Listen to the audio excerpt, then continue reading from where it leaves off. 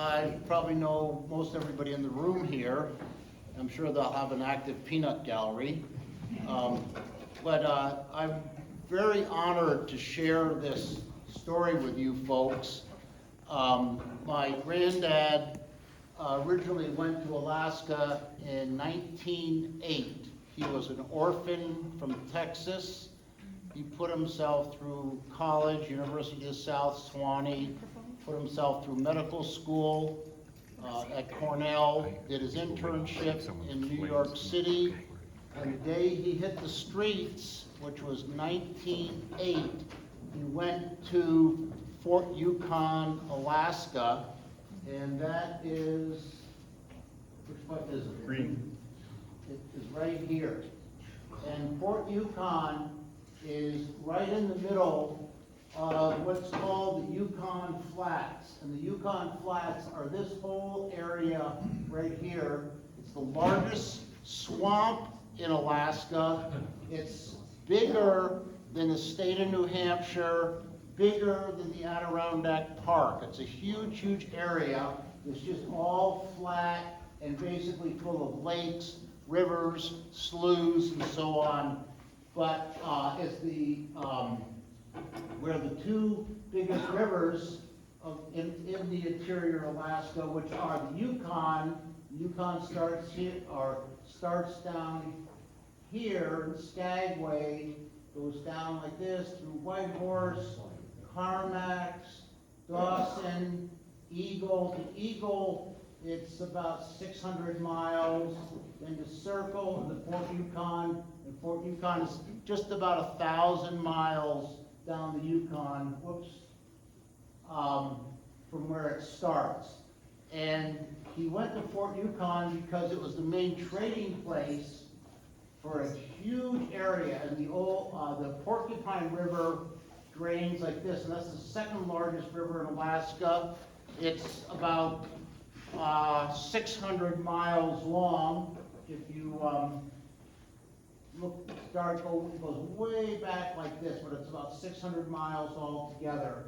And this was the main trading area. And what's interesting is how that before they established the international border, the Hudson Bay Company had a trading post in Fort Yukon, and they used to supply it by coming down the Mackenzie River to right here, a place called Fort McPherson, and then going up a river, making a portage, and getting in the Porcupine and supplying that. And it took 2 years for supplies to make it to that post from Montreal. And then the Americans bought Alaska, and we roughly surveyed it and found that they were in American territory, and they moved up the river towards Old Crow, and they had to move 3 times to get into Canadian territory because the surveys were so poor that they got better and better. They found they were still in the States, and finally they moved the last time. They made it into Canada by 50 yards.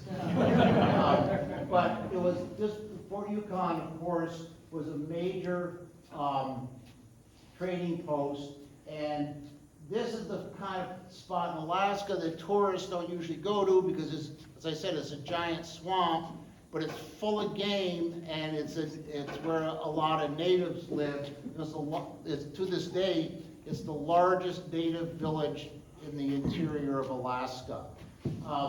And when my grandparents were there, in the winter, if you mailed a letter, it would either go from Fort Yukon up the river all the way to Whitehorse, and then it'd go out like this to Skagway, or it would go downriver here to St. Mary's, which is right here, and that's where steamships would come in. But either way, your letter would go 1,000 miles by dog sled. And that's how remote this area was. So anyway, he went up there in 1908 under the auspices of the Episcopal Church, and he started a hospital that took in an area larger than the state of Texas. He basically took in an area that went like this. huge area. He used to have people come down from the Arctic coast. This is where Prudhoe Bay is, and so on. And they didn't think anything of going 200, 300, 400 miles for medical care.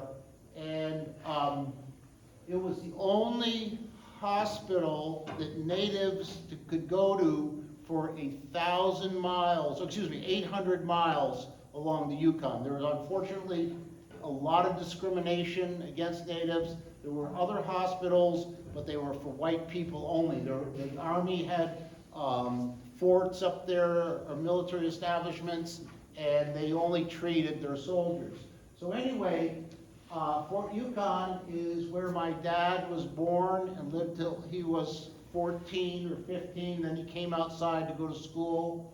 He became a physician too, and the local tribe are called the Kutchin, and they're the larger ethnic group are called Athabascans, which are actually related to the Navajo. There's a lot of similarity for some reason between the Navajo language and what the Athabascans speak up here.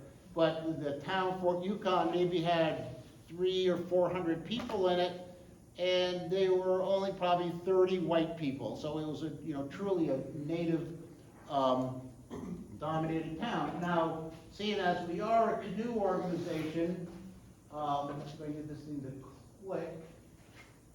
Push the little arrow, right? This one? Right here. Yeah, I tried that. Okay, this is out of, what's his name? Mr. Birchbark, Adney. This is a lines drawing of what they call a kayak form canoe. And this is what the natives use along the Yukon. Although they were, as I said, they were 1,000 miles from salt water, it has a lot of similitude of the kayak, except it was an open boat. It was very narrow. It was probably only 24, 25 inches wide. It's one of these boats where if you chewed gum, you need 2 sticks, one for each cheek. But it was all built out of birch bark. And the reason why it was so long and narrow was that the natives had to travel, of course, not only downriver, but upriver. And so in this next picture here, you can see, gives you a pretty good idea. Sometimes they use the single, sometimes they use the double. But another really unique feature, which is shown by this right here, this is from an old postcard, is them going upriver. Whoops. Let's see, I'm so good at this. Yeah. I guess I'm not good at this at all. Okay. Now if I can push the right button. Okay. Now here, you see this fella here. He's in this canoe, and he's got 2 poles going on either side. And this is the way they used to ascend the river. Instead of standing up with the boat and pushing like this, they would have 2 poles like skiing, sit on the floor of the boat, and so on. Now, I frankly haven't tried this, but it looks really interesting. They could make 15, 20 miles a day going upriver by using this method. That was the standard. But this is one of the very few shots, probably taken, I would say, around 1900, of the natives in their canoes. Now, this is near Eagle, Alaska, which is right on the Canadian border. It's very mountainous, it's very beautiful. And this is typically how the white folks traveled up and down, of course, standing in the back of the canoe. And we looked at this boat carefully. We figure it's probably a Peterborough canoe that he's standing in the foreground. And the one in the background, we're not quite sure what it is, except that it's a very big boat with a lot of volume. And typically, trappers would live out way up country someplace, and they would all come down river to like a trading post like Fort Yukon in the spring with all their fur, and then they would trade their fur in, get all their year's supplies, and then go back upriver Sometimes it would take them 6 weeks to get back to their trap line of poling upriver. And they say that a trapper with a loaded canoe with his food grubbed for a year, which is about 1,500 pounds, could make 15 miles a day going upriver. So if you look at going out for 6 weeks, I mean, he was hundreds of miles out, but that's just typical of Alaska distances. And here, of course, is the more modern way. This is taking an eagle. This is the way people got supplies, you know, after the Klondike gold rush and stuff. There was a number of steamers going up and down the river. But you see right here, whoops, maybe I wasn't good at this. Sorry. I guess I have big fingers. Right here is a boat with a little shanty on it to you know, just stay out of the weather. A lot of boats were rigged up like that, little shelters over them, and so on and so forth. Okay, so now we have a slideshow that was put together by Mary Erlander.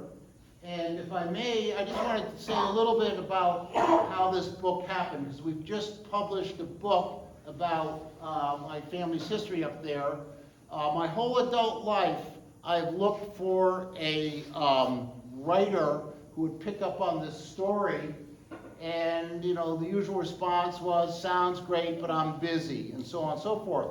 So a good friend of mine went to Alaska a few years ago, and he is of a, let's say, a literary sort, and he had several good friends who are very accomplished writers in Alaska, and he said, asked them if they were interested in picking up on this story, and they said, no, we're busy, but we know somebody who might be, and he got the name of Mary Erlander. I called Maria. She was the chair of the Department of History at University of Alaska Fairbanks, and she just from her position, she knew a fair bit about the Burke family and what they did and so on. We talked for an hour and a half, and at the end of which she said, Jeff, I'm going to write a book about your grandparents. And so we worked for about 4 years, you know, and I gave Mary all, you know, everything I know and lots of stories and photographs and stuff. And she has, you know, this book came out last October. As you can see, Annie has an ample supply there if anybody would like to purchase a copy of it. But for me, it's just been an absolute, really miracle to have this story come out. Largely, I mean, it was really interesting working with Mary because there's very few times in life that I've worked with someone who we were so much on the same page. I mean, I don't think there was anything we ever really disagreed about, and one of the most important things is that ethically we were on the same page insofar as we recognized that Dr. Burke, or he was called Hap was, and my grandmother as well, Clara, were incredibly giving people who went way above and beyond the call of duty to provide care for the natives of Fort Yukon. When my grandfather first arrived in Fort Yukon, the birth rate was exceeded by the death rate. They were dying off from alcoholism, infectious diseases, malnutrition, and so on and so forth. Within a year, he had it turned around just through sanitation and a little bit of health care. So this is just a slideshow that Mary put together. Life in service to others. And in this picture here, whoops. This picture here, I don't know why I keep doing that. I'll try it 2 hands.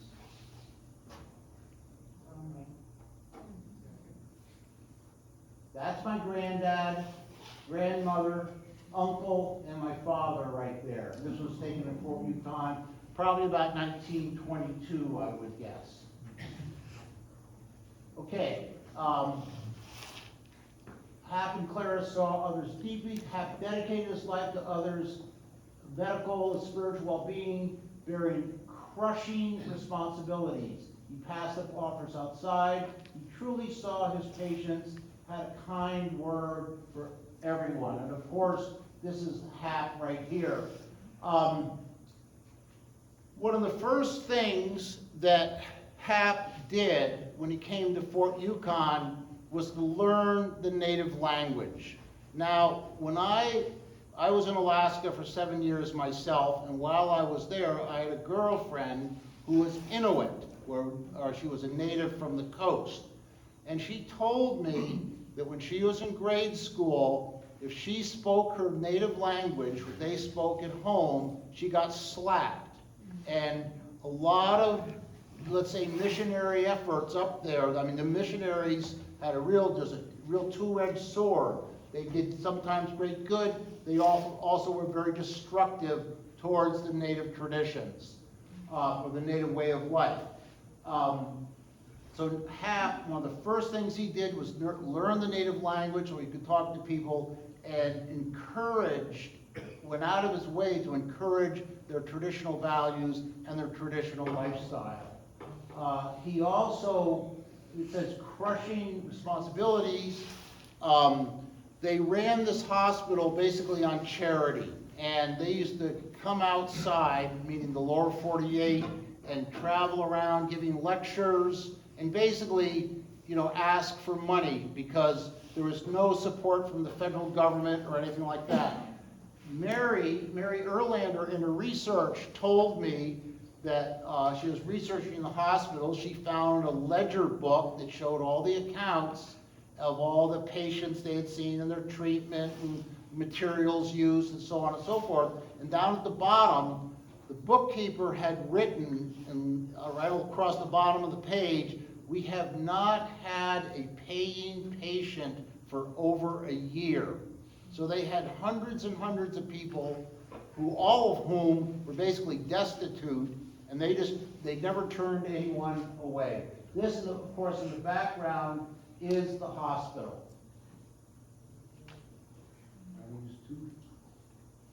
And my grandmother, this is the mission home, which was not too far from the hospital. This building is still standing. It's been recognized as a historic building, so I don't think they're going to flatten and put a Walmart in or anything like that.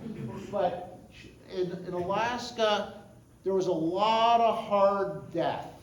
The natives, the big scourge for many years was tuberculosis. And the natives did not really understand, let's say, the germ theory. And so from their lifestyle where they had been nomadic and so on and so forth, they didn't have ever any concerns about things like washing their hands, and they didn't worry about just taking garbage and throwing it out on the ground. But when you're in a settled town or village, you can't do that. They had no idea about, sanitation insofar as, just common sense sanitary practices and so on. They didn't ever wash their hands and stuff. So there was a lot of death amongst the natives. And the other thing is they lived on a river. They were constantly going up and down and traveling, and yet they did not know how to swim. And the water in the river is often 34, 36 degrees. So hypothermia usually just happens in minutes. And so there was a lot of orphan children.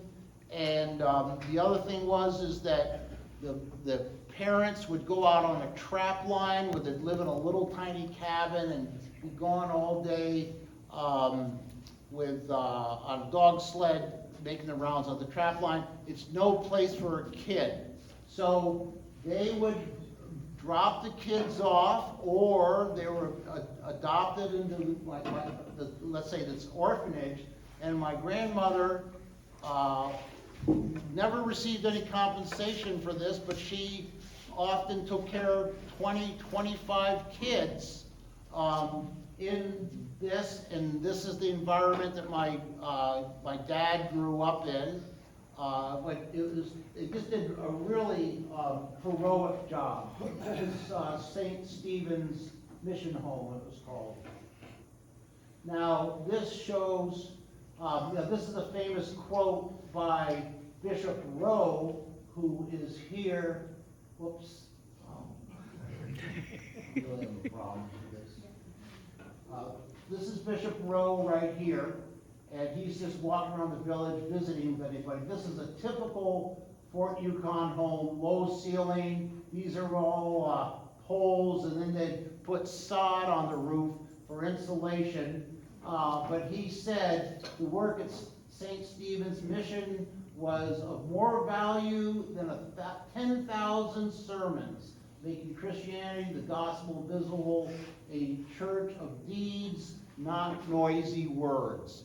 And as I said, it's a two-edged sword insofar as the mission work.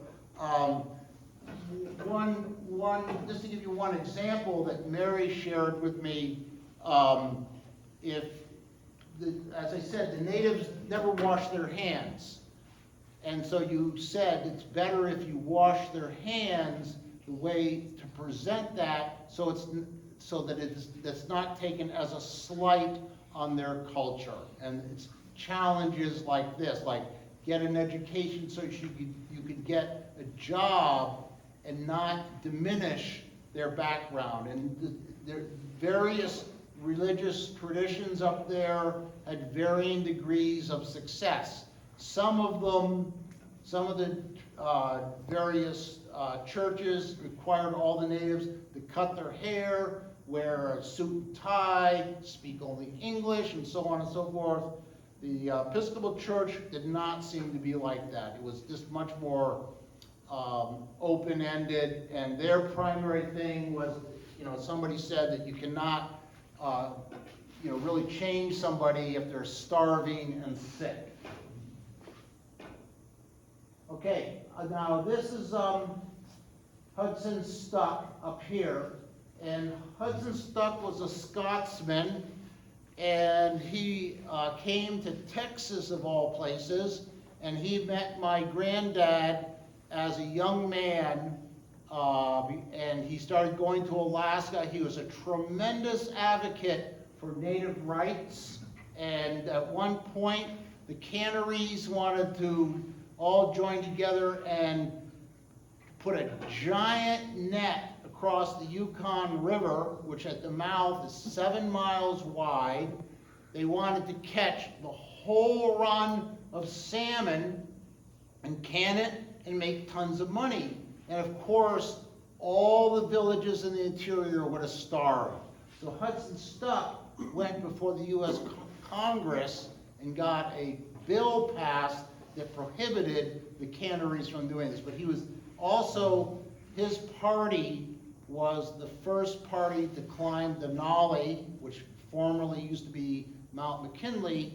And when he climbed Denali, he had with him a young man whose name was Walter Harper, who was native, and Hudson Stuck got just below the summit and had Walter Harper go up first, so that the first person to ever climb to the top of Denali would be a native.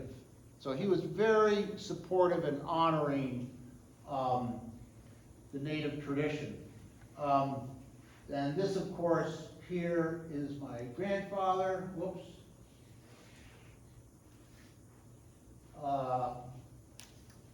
Grandfather and my grandmother.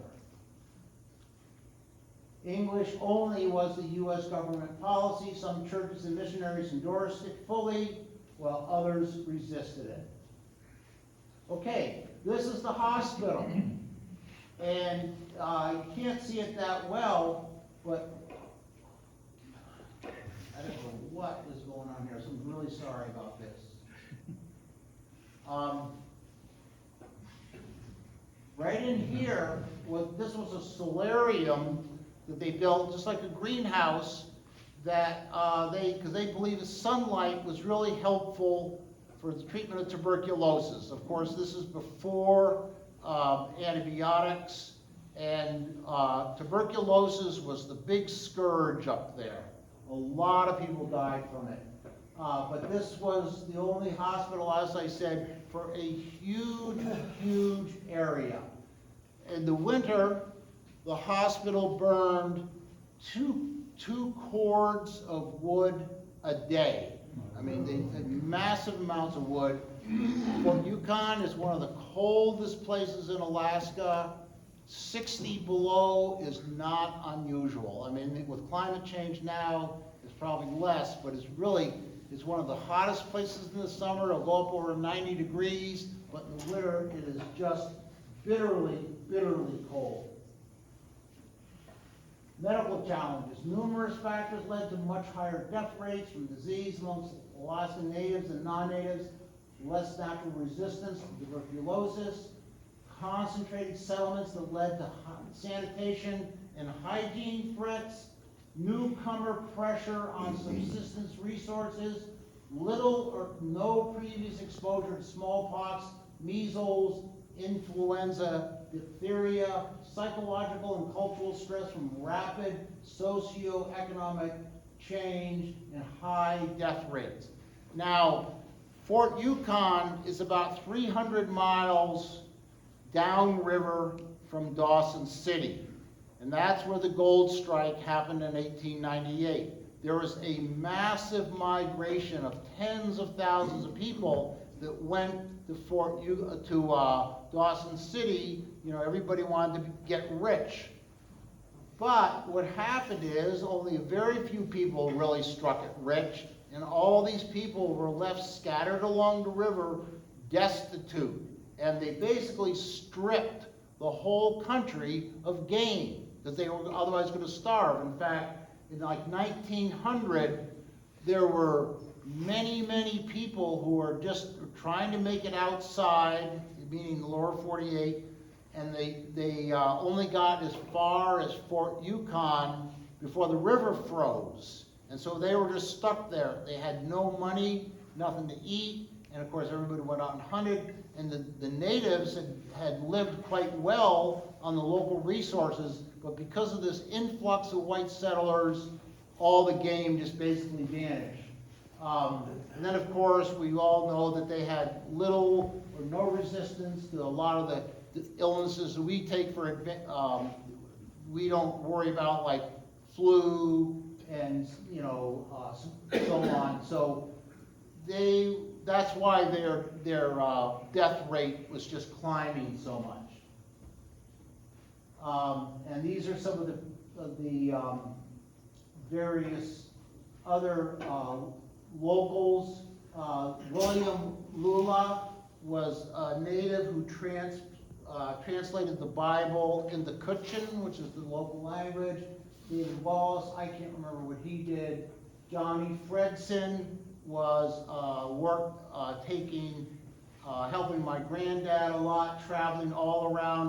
My granddad wouldn't think anything of mushing 100 miles and 40 below to deliver a baby. That was just what he was called to do. And Walter Harper was the young man who went with my granddad, with Hudson Stuck up to the top of Denali. And my granddad and Hudson Stuck were very good friends. Okay, unintended consequences of mission presence. This is what I think I mentioned before. The mission presence, especially because the missionaries were authority figures, converged with other colonial forces to suggest that the mission way was better than the traditional way.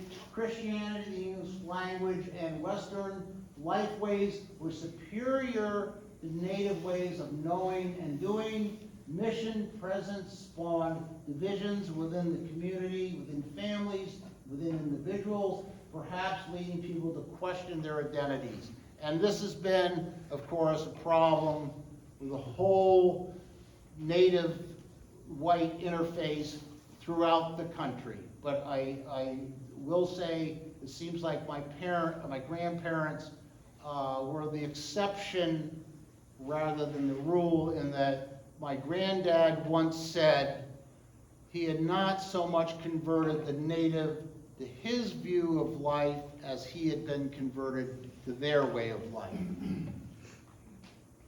Whoops. Am I going backwards? I'm about to throw this in the lake. Okay. There's that picture again, and I think that's our last picture. Okay, now is movie time, right? Okay, I just briefly want to tell you that once the word got out that we were writing this book, this fellow came forward whose name was Carl Bergman. He was from Fort Yukon, and he was half native, and his mother was a full-blooded native. And he was cleaning out his mom's house in Fort Yukon, and he found half a dozen boxes with movie reels inside it that were taken by my granddad of life along the Yukon. And we have taken some of this to show. First of all, this is along the Yukon. You can see it's a big river. And these were shot probably about 1925, so they're almost 100 years old. The typical Yukon scenery in the upper part. We have wide gravel bars and so on, rugged country. And this is upriver from Fort Yukon, because you go downriver and all this goes away. The upper Yukon runs right next to a spur range of the Rocky Mountains. Very, very scenic. So anyway, we found these films, and they were in good condition. They've all been transcribed, and now they're or digitized.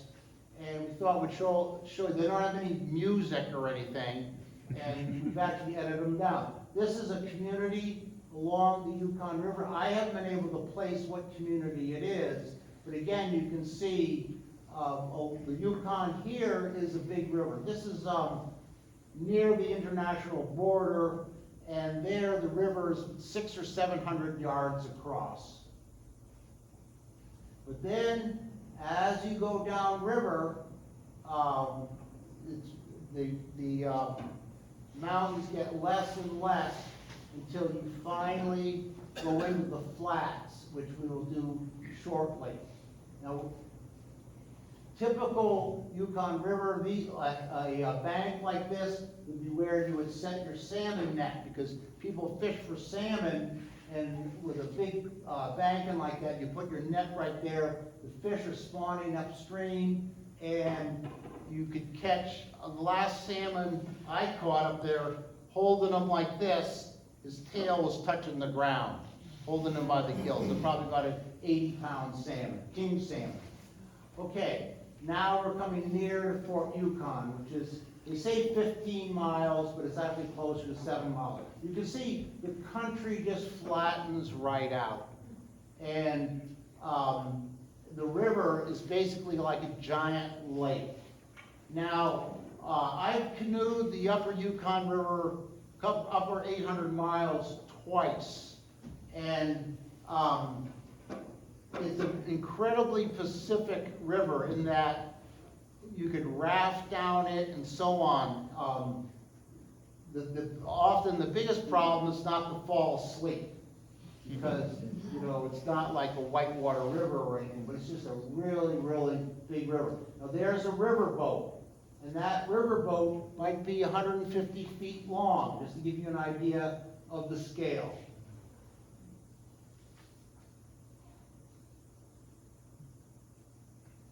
Residents of Fort Yukon.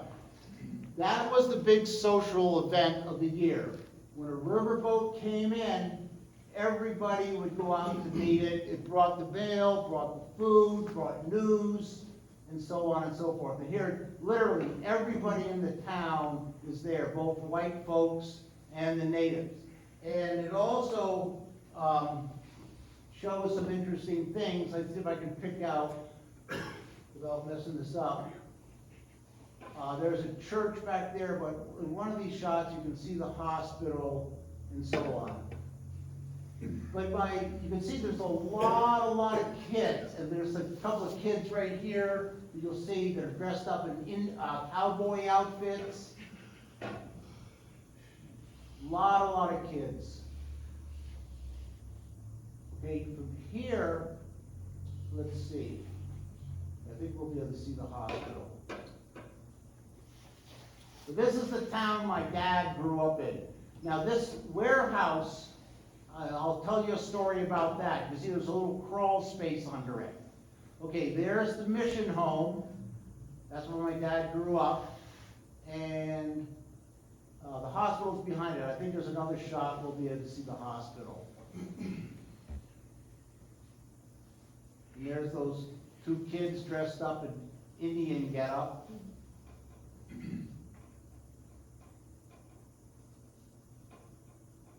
Real swinging place.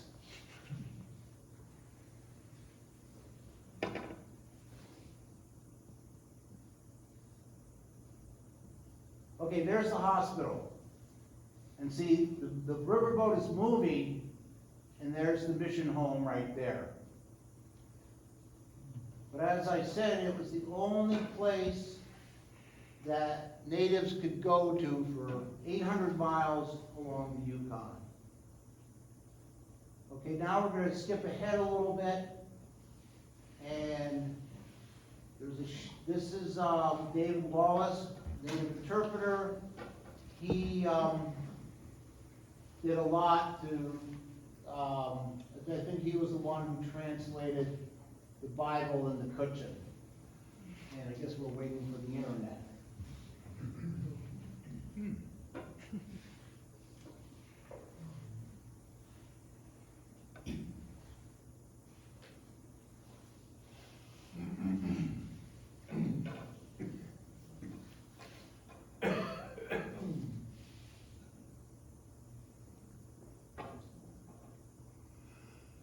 You know, sometimes if you hit it with a hammer,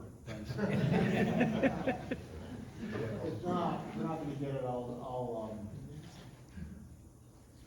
in fact, well, I'll tell you one story that came down through my father that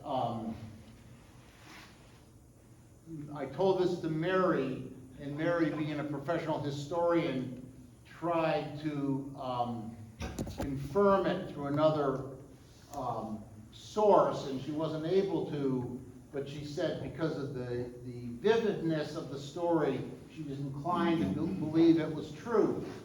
And the story is that one year, floating down the Yukon on a raft, was this massive African-American man who had been a bare knuckles prize fighter in Seattle, and he had killed the man in a fight.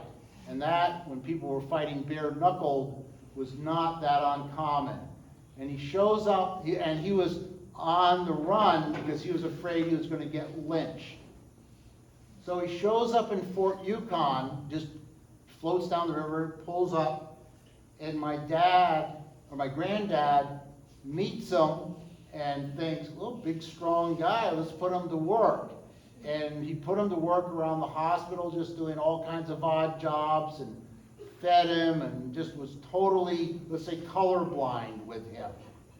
So one day, I pointed out there was that warehouse that was up on piles, and there was a crawl space underneath it. One day, a grizzly bear gets into that warehouse, and it had the town's food supply in it. So the bear is rummaging around inside this warehouse, and my father, who I would say was probably 7 or 8 years old at the time, crawled into the crawl space with a couple of his little friends, and they could hear the bear walking around just above them, and they all of a sudden a bunch of molasses would spill down through the floorboard as the bear tipped over a barrel of molasses, and then a bunch of flour would come sifting through, and because the bear was just, you know, they just go crazy in situations like that. So Peter, who was the prize fighter, heard about this, and nobody wanted to go in and confront the bear. So Peter grabbed a gun, went in, and my dad said he heard, he was underneath, right underneath where the bear was, he heard 2 quick shots, and then a whole bunch of blood just poured down through the floorboards. And it was silent, just dead silent, and nobody wanted to go in to see what happened. So finally, my granddad hears about it. He comes running over and goes in and found that Peter had shot and killed the bear, but before the bear had died, he had mauled him badly. And this often happens. I mean, you can kill a bear, and it's going to take him 30 seconds to die, and in that 30 seconds, he'll tear you in half. I mean, this has happened. So my granddad, picks Peter up and carries him back to the hospital. And there was such a strong discrimination amongst the white people that they wouldn't give him a hand, even though he had just saved the town's food supply. And my dad said that he had this image of my granddad, who was not a big man, carrying this huge African-American guy across a couple hundred yards to the hospital. So he nursed him back to health, and as soon as he was released from the hospital, a federal marshal showed up and put him in chains and arrested him for murder. And they used to put prisoners in cages on the deck of the riverboat. Put Peter in a cage and shipped him all the way back to Seattle to go to trial. But I guess word got back that Peter was acquitted.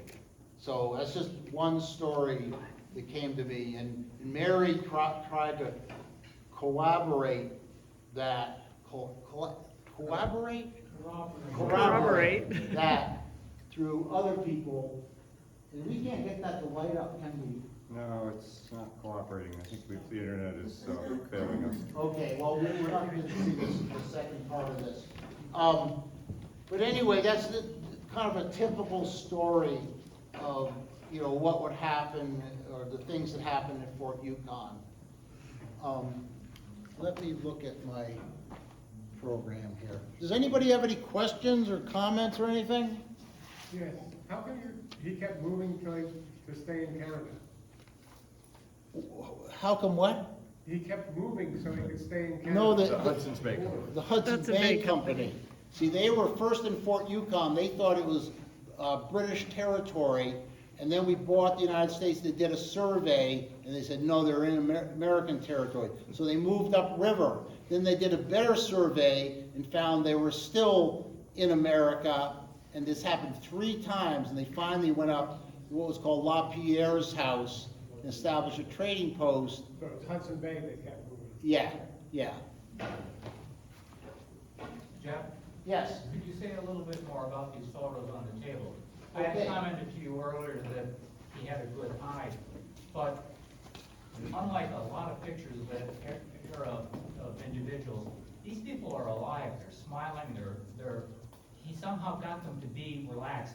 I have pictures of the same era of my grandparents, and they're like they're carved out of stone. I mean, Right. much more typical. So he had something going for him when Yeah. these pictures were taken. Well, there's a very interesting story about how I got onto these pictures.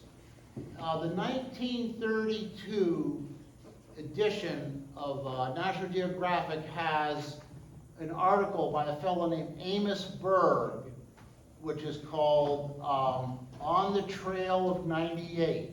And Amos Burke went up in 1932 and went down the Yukon River to the Klondike, but then he kept going right on down the Fort Yukon. And in the article, they have this picture here, which of course is my granddad receiving a patient in the hospital. So it had the photo credit to Grafton Burke.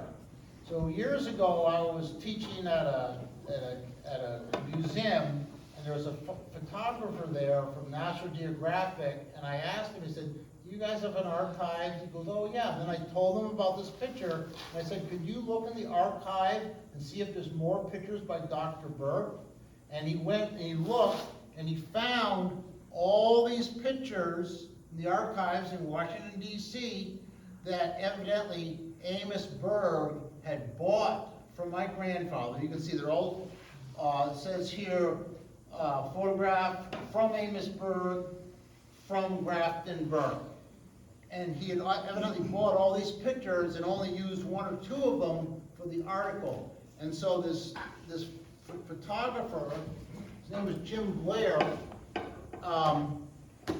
graciously made copies of them, gave me the negatives and so on, and it's just amazing. It's like opening up a time capsule of these pictures of my grandfather, and it's kind of the same way with these films. Now, this picture right here is part of the film. I guess that's as far as we've gotten, but this shows my granddad on the left there, and this is like the only picture I've ever seen of him in motion, and there's like a familial resemblance, and he's kind of like I guess like me, and he likes to fool around a lot. Like he's up, hugging this woman here, and this is at I believe at a confirmation or something. Now, can we make that go?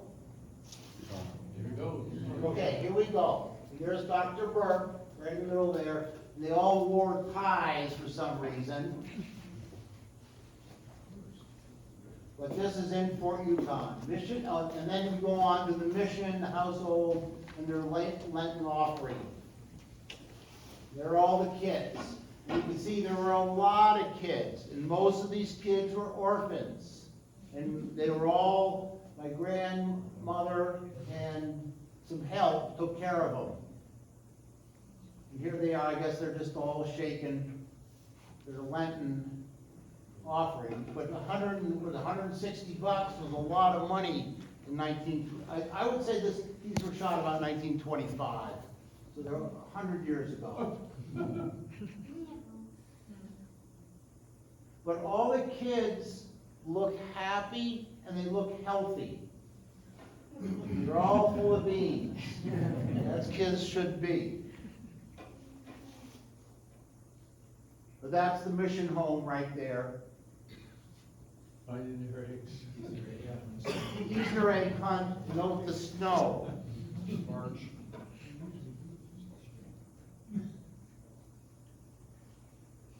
I don't know who, I can't do any names or anything.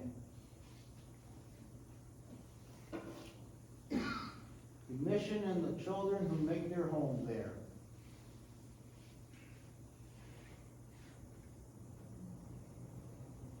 And there's the kid in the little cowboy outfit again. But they, as I said, they all look happy and healthy.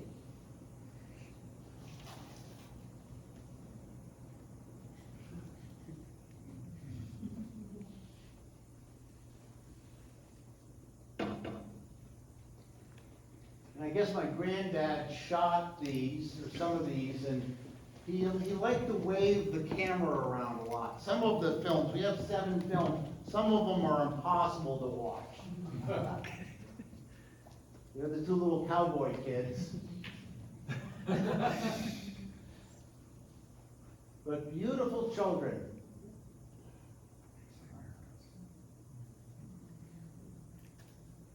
Now you'll notice just off of this girl right here looks like a bandage on her head. We have a story that we'll share about that in a few minutes. I believe that is a little girl's name was B.D. Kai.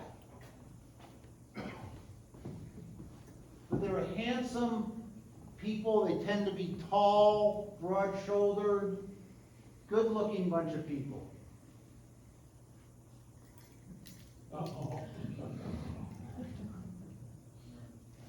But almost all these kids, as I said, they were orphaned.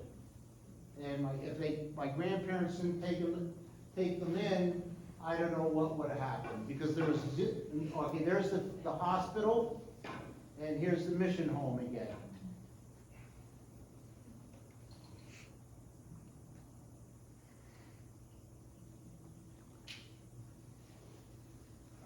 Pretty amazing to have these movies. I mean, I never expected to ever see, you know, like granddad, he died in 1938. Never expected to see him move and so on.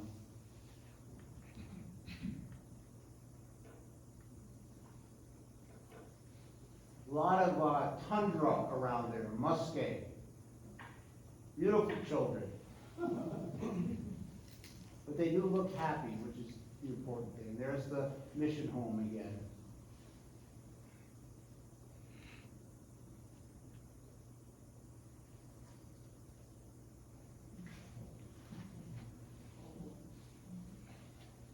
Hospital.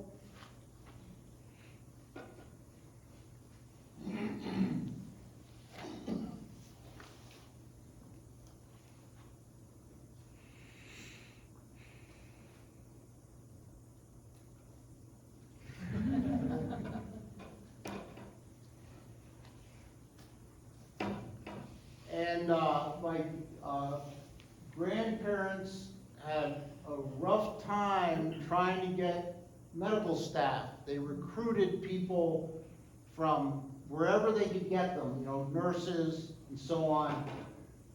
But one of the problems was that there were a lot more male bachelors than there were single women, so the nurses tended to come up and immediately get proposed to and get married. And so, of course, they didn't want to stay and swing in Fort Yukon. Okay, that's the end of that. We have one more picture that's going to come up. Okay, there's my granddad, and he used to, this picture was taken, I think, about 1924, 1925. He had a radio that was his only link with the outside world, and he used to often call out for medical advice and so on. And my grandmother wrote a book, and I just wanted to share with you one story out of that. And let's remember back to that little girl I showed you had the bandage on her head. Little Beatrice Kai, Beatty for short, was a winsome 3-year-old.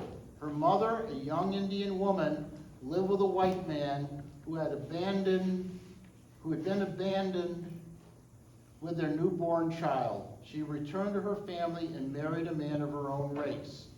Beatty was a lively youngster with an appealing personality and a bent for getting into mischief. One summer day, the little girl climbed the fence and fell into a dog corral. The startled huskies leaped upon her, and before her screams could bring help, the animals had torn her face and ripped her scalp from her head. A neighbor heard her cries, beat off the dogs, and rushed the child to the hospital. If you don't have a scalp, you're dead. Beatty had lost a great deal of blood, and the fright had shocked her heart and nervous system. Surgery could not be performed until her condition made it safe to administer an anesthetic. After transfusions and rest, Beatty's flickering pulse strengthened, and with Miss Gavel's expert administration of gradual doses of anesthetic, Hap was able to sew up the wounds on the child's face so they would heal without disfiguring scars. The next step was to cover the naked bone of her skull with flesh so that the skin could be grafted to it. A graft could not be made on bare bone, which the dogs had licked clean. Small holes had to be trepanned into the skull to produce granulation, i.e. the formation of new flesh. In a few weeks, Beady Kai, as the other children dubbed her because of her constant crying, began to sit up in bed and take an interest in life that she had nearly lost. Her face had healed, and bandages covered her head like a turban. She prattled and played with the toys brought by admirers and friends, and had many, for Beady Kai had made a complete conquest of the hospital, and in fact of Fort Yukon and the entire river. Her cot was a way station for patients, nurses, visitors, Indian and white, including the crews and officers of the riverboats. Her devoted slave was Neil Nicholson, who was a civil engineer. When his big frame appeared in the doorway of the ward, Beady shouted with possessive joy, except on the days when Nick came to carry her to surgery. She seemed to sense when it was a surgery day, so she greeted him without elation. She would put her bandaged head on Nick's shoulder as he carried her. He would sing some nonsensical song to her with a voice none too steady.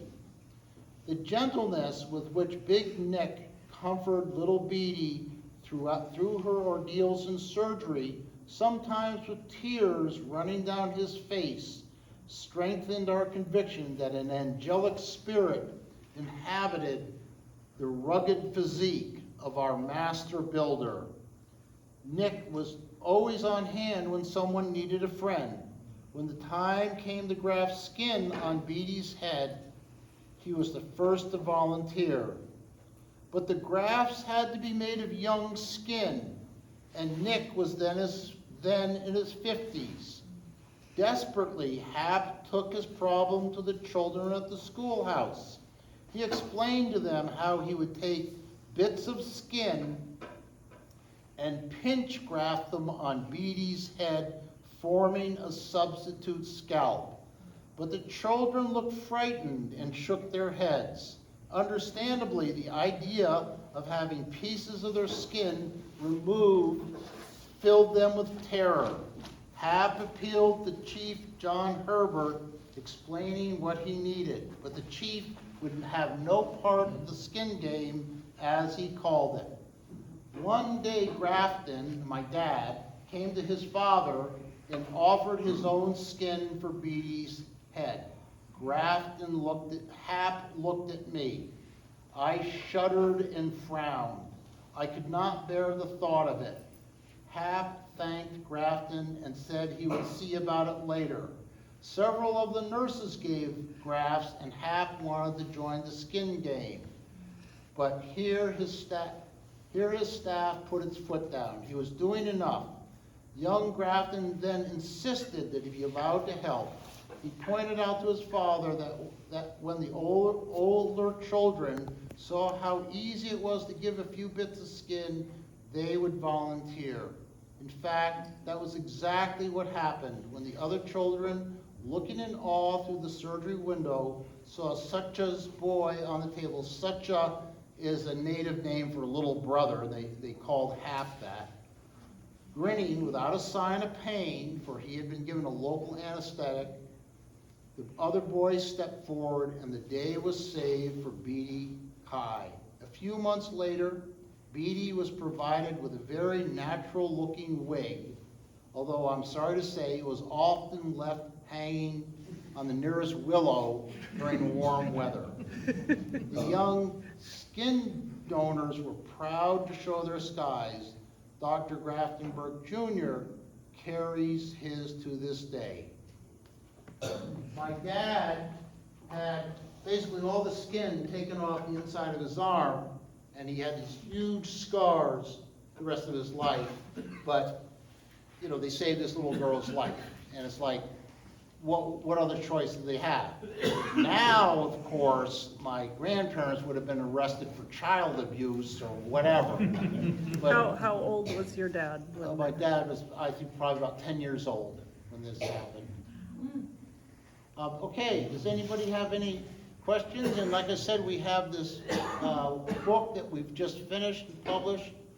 I'd be glad to take any questions, and if people would like to peruse these photographs, please do. Jeff, did you say your grandmother had written a book? Yes, this is another book that was published, I think in 1961, called Dr. Haft. And it has, let's say, a little more anecdotal.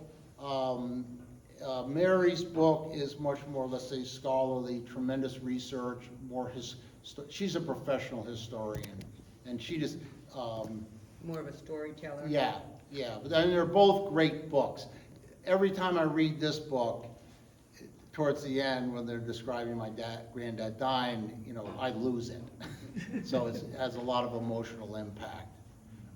But I just feel very lucky to have been able to recover this story and now be able to share it with people, because they were people who, you could say, dedicated themselves to other people, you could say to the neglect of their own children. And this was a fairly common phenomena amongst a lot of missionary couples, that they would send their children away. They sent my dad to go to school in New York City when he was 12 years old, and he only saw his father twice more after that when he died. And I think that really profoundly affected my dad to, not see his father. But my granddad was just about to retire when he got sick one day, and they flew him to Fairbanks because the airplanes started to come in, and then they flew him to Seattle. They opened him up. They found he was full of cancer. 2 weeks later, he was dead. So And how old was he? 54 was my grandfather. But he was somebody who really had a vision, and in many ways this has been an amazing inspiration so far as, doing the right things in life.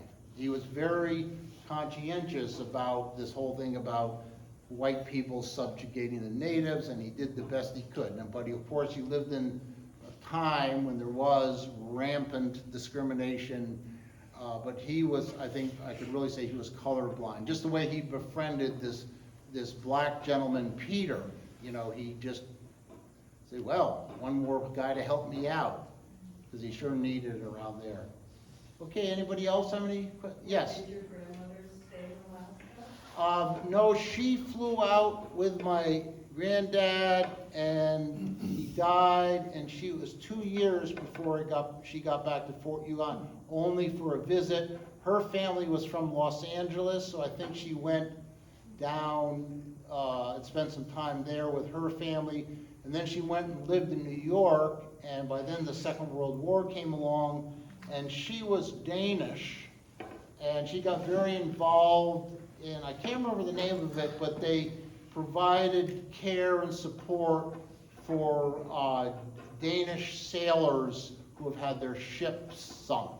They, provide them housing and so on. She was very involved in doing that, because there were plenty of them with the Second World War going on, and U-boats and all of that.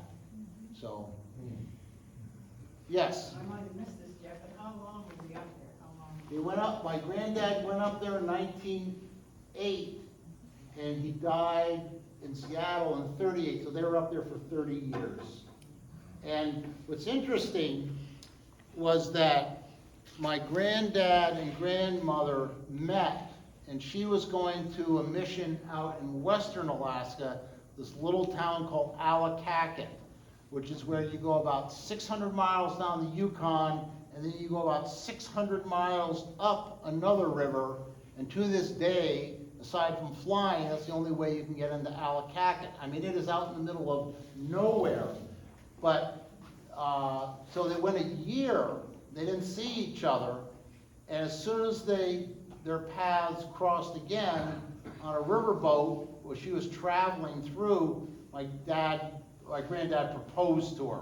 And they got married actually in Allakaket, which is about the most obscure place in North America. So, anybody else? Did your dad ever go back? My dad never went back. He came out to New York and he went to school there, became a physician, and got all caught up in New York professionally, wound up going from New York to Boston, where he practiced medicine for the last 20 years of his life.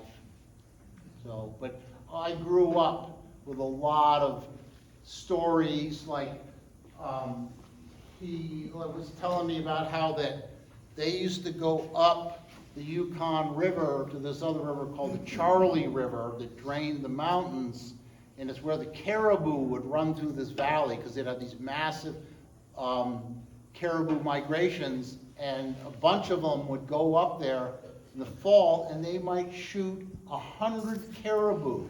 They would build a giant raft, put all the caribou on the raft, and float it down to Fort Yukon for their winter meat supply. You know, and my granddad would often go on these trips, you know, to hunt for the meat, because it's not like you could go right down to Shop and Save or something. I mean, they were really remote there. They basically got supplies once a year. So, okay, well, anyway, Lori has a- thanks for Lori coming, has a everybody. question. Lori has a Oh, question. I'm sorry. Amazing story, thank you. I'm very sorry? much. An amazing story. Well, thank you very much. It's a very heartfelt thing for me that I can finally start to share this and so on. And, you know, if you guys know any good movie producers, no, I don't want to go there. It's just an amazing story. Most importantly, as I said at the beginning, ethically. I mean, they wanted to do no harm. And to this day, there's a lot of people in Fort Yukon that have Grafton as a name. My granddad and Hudson Stuck are the only two white people buried in the native cemetery. And the natives have a really long memory in that I have received letters from native women. I got a beautiful letter from a native woman who just said, I just wanted to thank you for how your grandparents saved my mother's life, because her parents died when she was like 11, and my grandparents took her in and gave her helped her get an education, and just, you know, she didn't have anybody else to turn to, and they you know, took her on and helped a lot of kids like that. And they were not, you know, they were not pedantic or, you know, really, what's the word, dictatorial about it. They really believed in enhancing the native tradition rather than trying to subjugate it. Yes? Have you been to Alaska? Yeah, I lived there for 7 years. Yeah, and I've been to Fort Yukon. Fort Yukon is frankly now a very sorry place. It's been, since then, the hospital was shut down because public health service came in. Now the mission home is still standing. I've actually been in this room, which was my granddad's office, because the mission home is still there. That's where his office was.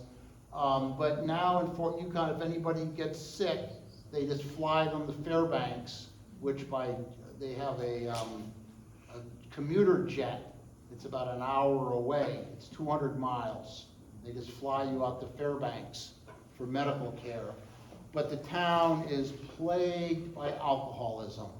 And my granddad, in both Mary's book and my grandparents' book, my grandparents used to just battle bootleggers. And see, what used to happen is the trappers would all be out in all the hinterland around Fort Yukon, and they would all come in the spring with all their fur. And there was a class of people in town that knew this, and they would just predate on these trappers because most of them were native, and they would sell all their fur, and they'd get their grub stake, and usually they would go on what they call the spree, or a drunk.